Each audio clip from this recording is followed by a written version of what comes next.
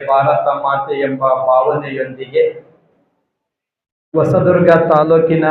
ಪ್ರತಿಯೊಂದು ಸಮುದಾಯವನ್ನ ಸಮಾನವಾಗಿ ಕಾಣುವುದರ ಮೂಲಕವಾಗಿ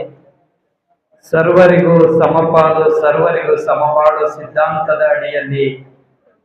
ಮಾರ್ಗದರ್ಶನವನ್ನ ಮಾಡ್ತಾ ಸಾಕ್ತಾ ಇರುವ ಬಿಜಿ ಗೋವಿಂದಪ್ಪನವರಿಗೂ ಸಲ ಜೋರಾಗಿ ಚಪ್ಪಳೆಯನ್ನ ತಟ್ಟಿ